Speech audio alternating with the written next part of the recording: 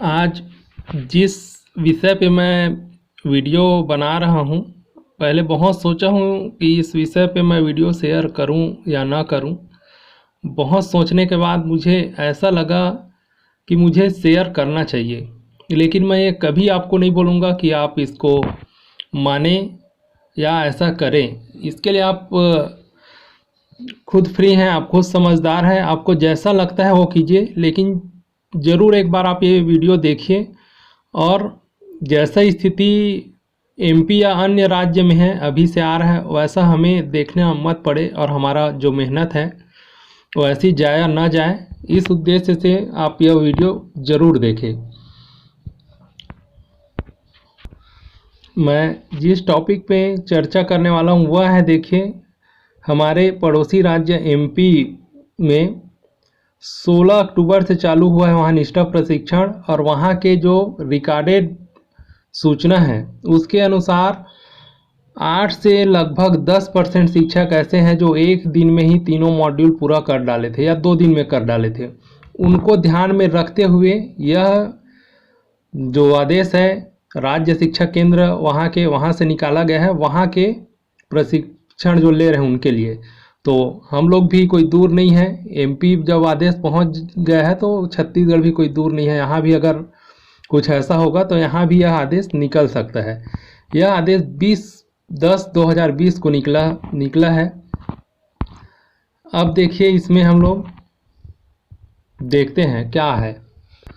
आप सबको पता है कि इस प्रशिक्षण के लिए एनसीईआरटी द्वारा बहुत ही अच्छे से सोच समझकर समय और विषय वस्तु को शामिल किया गया है, जिसके लिए हमें 3 मॉड्यूल के लिए 15 दिन का समय दिया गया है।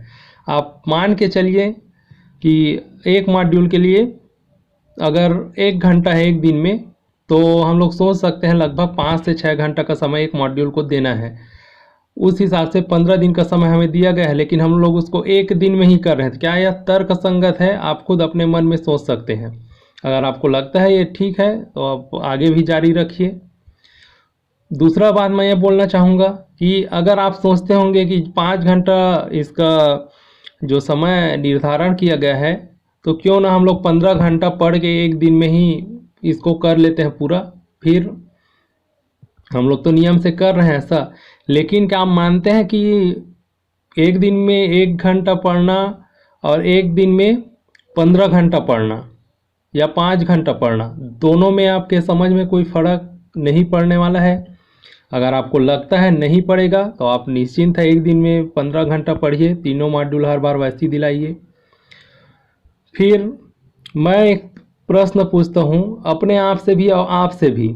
हमारे पास 1 महीने का राशन रखा है या हो सकता है 1 साल का रखा है। क्या हम लोग रोज़ खाना खाने के झंझट से या बनाने के झंझट से मुक्ति पाने के लिए पूरा राशन एक दिन में खा सकते हैं? अगर हम लोग खा सकते हैं तो आप मॉड्यूल भी ज़रूर तीनों मॉड्यूल एक दिन में पूरा करें। या आप सोचें, मैं यह नहीं बोलता कि आप इसको माने, मैं सिर्फ ये चाहता हूँ आप एक बार जो भी मैं टॉपिक में चर्चा कर रहा हूँ उसको अपने ऊपर इसको देखें, क्या यह आपके जो कार्य है उससे मैच करता है और सही है कि नहीं है। आपको जो लगता है उचित वही कीजिए, सिर्फ आप सुने ज़रूर। कई बार क्या लगता है हमें कि हमारे ऊपर कोई नज़र नहीं रख रहा है, लेकिन यह ऐसा प्रशिक्षण है जिसमें हर एक शिक्षक का एक अलग आईडी बना है और हर एक शिक्षक का हर एक गतिविधि जो है रिकॉर्डेड है। आप कितना समय किस विषय पे दे रहे हैं, कितना देख रहे हैं, कितना रुक रहे हैं, कहाँ वीडियो रोक रहे हैं, कहाँ बैक जा रहे हैं, यह हर चीज़ आपका इसमें रिकॉर्डेड है, हो सकता है।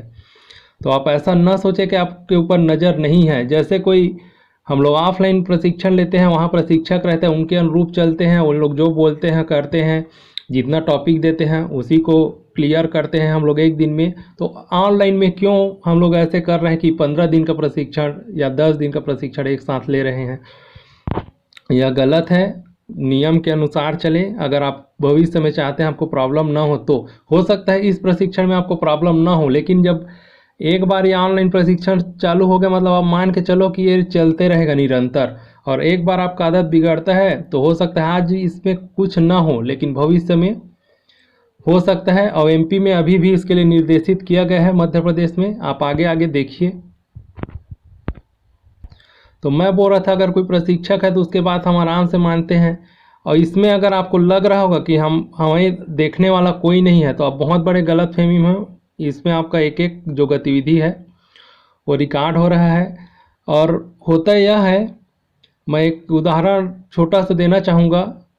कोरोना वायरस के लिए सरकार प्रशासन द्वारा इतना नियम निकाला गया, हर चीज़ निकाला गया है कि घर से ना निकाला गया था, लेकिन हम लोग नहीं मानते थे। क्यों? क्योंकि कोरोना वायरस दिखता नहीं है, उसका डर उतना नहीं है। वो तो जब हो जाता है किसी को तब समझ में आता है कि कोरोना क्या चीज़ है, चपेट में आने से। सेम वैसी यह है।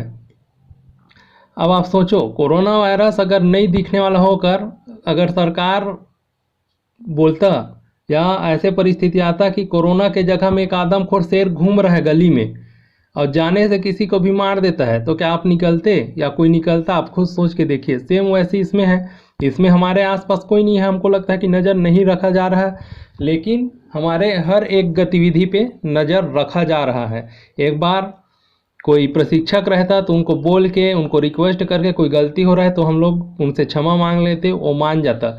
लेकिन क्या वेबसाइट मानेगा? और दूसरा, अगर ये जल्दबाजी से संबंधित आप कुछ भी चीज़ करते हैं और उसके नियम अनुसार नहीं चलते हैं तो ये ऐसा गलती है, इसको आप सुधार नहीं सकते। एक बार वो सर्वर में सेव हो गया मतलब हो गया, उसको कभी आप नहीं बदल पाएंगे।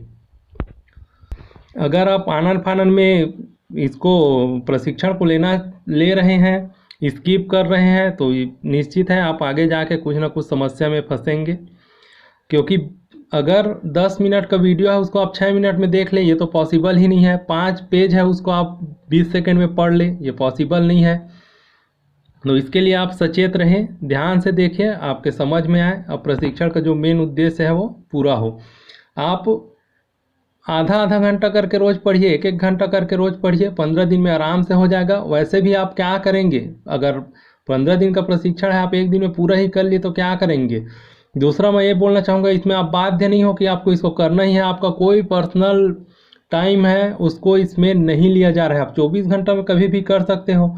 तो आप रात को करो, शाम को करो, दोपहर में, जितना टाइम आपको अगर प्रशिक्षण लेने का समय मिल रहा है उतना टाइम कीजिए।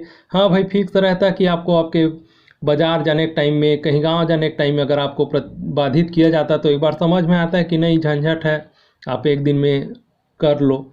लेकिन इसमें तो मुझे नज़र नहीं आता कि आपको किसी चीज़ के लिए बाध्य किया जा रहा है। तो मेरे ख्याल से नियम अनुसार चले, अच्छा रहेगा। एमपी का जो आदेश दिखाया हूँ उसी के अकादमिक निर्देश में, दिशा निर्देश में 3रा नंबर का पॉइंट है, आप खुद पढ़ के देखिए। इसमें लिखा है, निष्ठा प्रशिक्षण कार्यक्रम का प्रमुख लक्ष्य अपने ज्ञान एवं कौशल निर्माण को और अधिक समृद्ध बनाना है, न कि प्रशिक्षण क्षणों को जल्दबाजी में पूर्ण कर प्रमाण पत्र करना। तो इसमें सही बात बोला गया है। आप इसका उद्देश्य कुछ सीखना है, प्रमाण पत्र लेके ही क्या करेंगे आप बताओ। और आप अगर सोच रहे होंगे कि आपको जल्दी प्रमाण पत्र लेने से हो सकता है आपको कुछ इनाम मिलने वाला है, अलग से पद्म भूषण पद्म विभूषण मिलने वाला है, तो आप ज़रूर पूरा कीजिए। इसी आदेश के एक और पॉइंट है, 7 नंबर में है, इसको मैं चर्चा करना चाहूँगा, जो हमारे यहाँ भी बहुत चल रहा है, अभी चलन में है।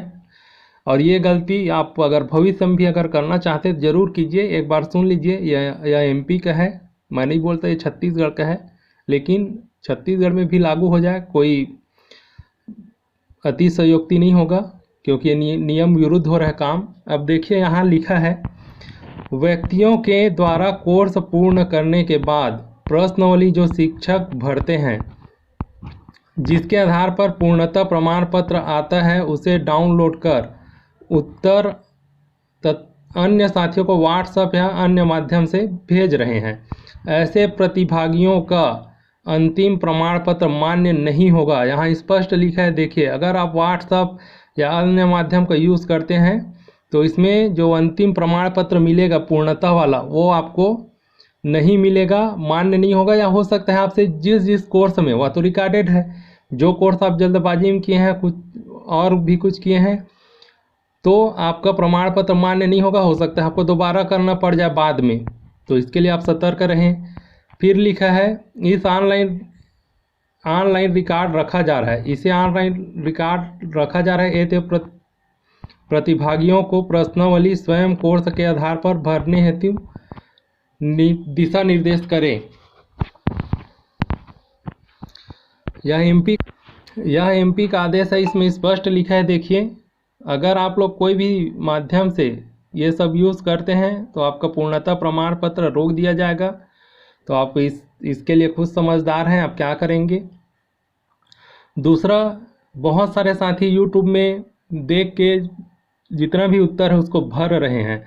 तो आप एक चीज़ समझ जाइए, मोबाइल एक ऐसा डिवाइस है जो आपके पास है, आपको लगता है पर्सनल है, लेकिन इसका जो डाटा है वो समय पड़ने पे जो भी ऐप आप इस्तेमाल करते हैं वो यूज़ कर सकता है, वह देख सकता है। जैसे आप दीक्षा ऐप इंस्टॉल करते हैं, कोई भी इंस्टॉल करते हैं कोई भी ऐप, तो देखिए वह कुछ परमिशन मांगता है हमसे, जैसे दीक्षा ऐप भी मांगता है। इन विषय पे देखिए, तो दीक्षा ऐप भी यह परमिशन हमें मांगा है, तो वह ये सब जानकारी स्वतः ही ले सकता है। आपका मोबाइल किसी न किसी जीमेल से जुड़ा रहता है, वह एक आपका आइडेंटिटी रहता है।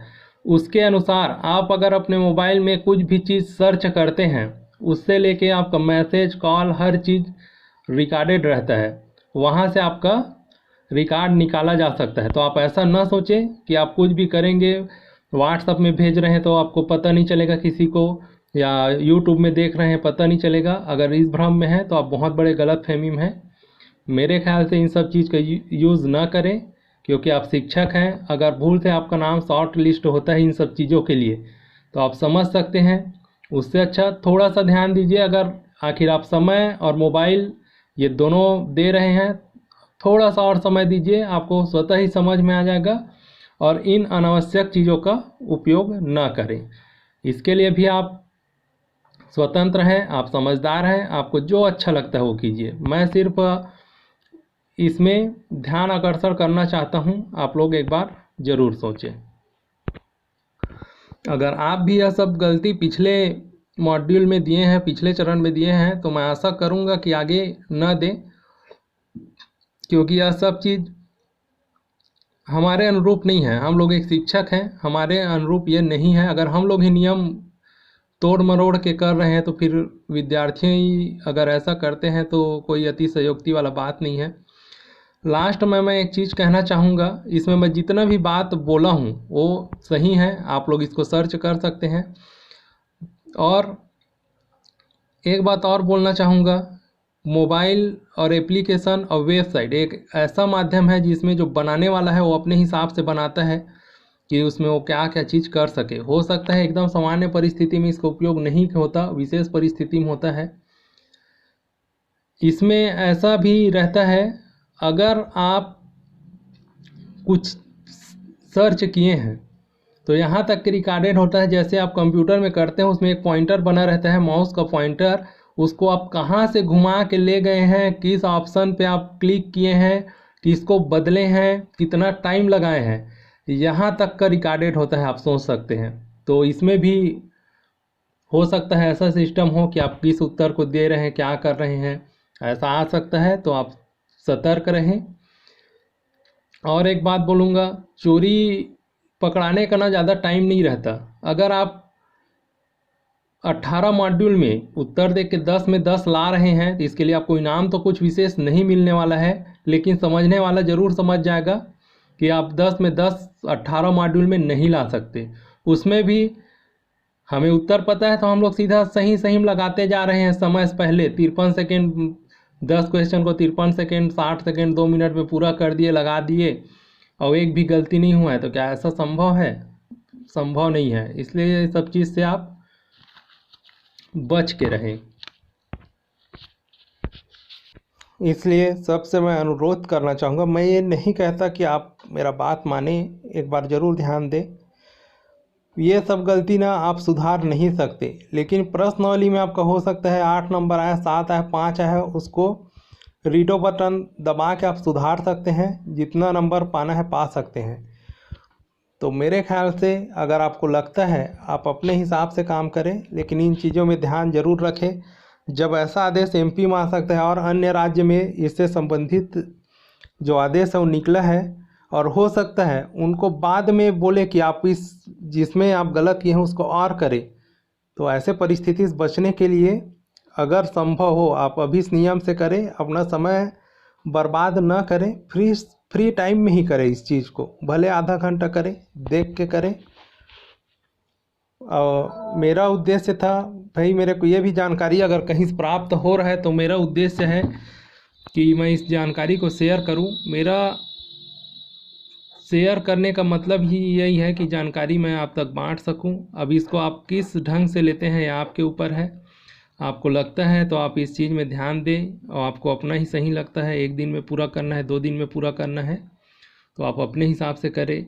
कई साथियों का मनोबल भी टूट जाता है, जैसे मेरे पास ही कई जने कॉल आया था तो बोलते हैं कि नहीं सर, अगर जल्दी भी करेंगे तो इससे कुछ नहीं होने वाला है, और बल्कि जल्दी करके हम लोग फंस गए, हम लोग का प्रमाण पत्र नहीं आ रहा है। जो लोग 1 दिन में किए थे उनका आ गया, तो ऐसा भी स्थिति है। तो जो ऐसा किए हैं उनको भी बोल रहा हूँ, आप लोग आराम से जैसे कर रहे हैं वैसे ही कीजिए, आपका प्रमाण पत्र कहीं नहीं जाने वाला है।